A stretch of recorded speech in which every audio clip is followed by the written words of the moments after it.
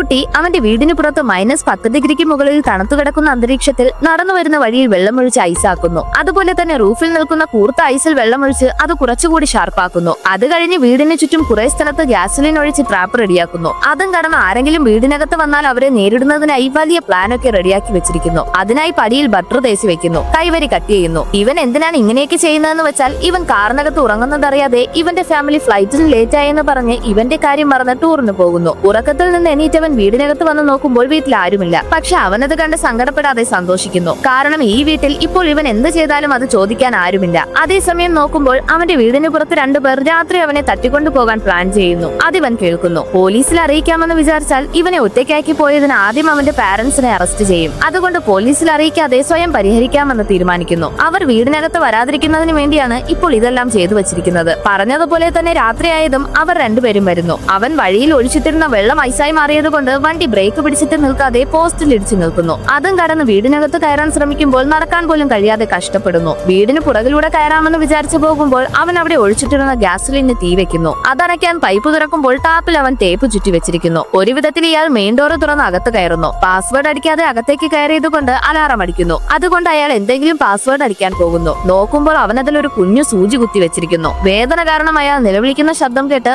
അവൻ അവിടേക്ക് വന്ന് ടോയ് ഗൺ യൂസ് ചെയ്ത് അയാളെ ഷൂട്ട് ചെയ്യുന്നു. അവസാനം വരെയും അവർക്ക് പിടികൊടുക്കാതെ അവൻ അവരെ പാടുപെടുത്തുന്നു. അവസാനമാണ് മനസ്സിലാവുന്നത് അവരുടെ വീട്ടിൽ നിന്ന് കാണാതെ ഒരു പാവയെ ഇവൻ എടുത്തുകൊണ്ട് വന്നെന്ന് വിചാരിച്ച് അത് തിരിച്ചെടുക്കാനാണ് ഇവർ വന്നത്. പക്ഷെ അവർ ആ പാവയെ എടുക്കാൻ പ്ലാൻ ചെയ്തത് ഇവൻ തെറ്റിദ്ധരിച്ച് അവരെ ഒരു വഴിക്കാക്കുന്നു.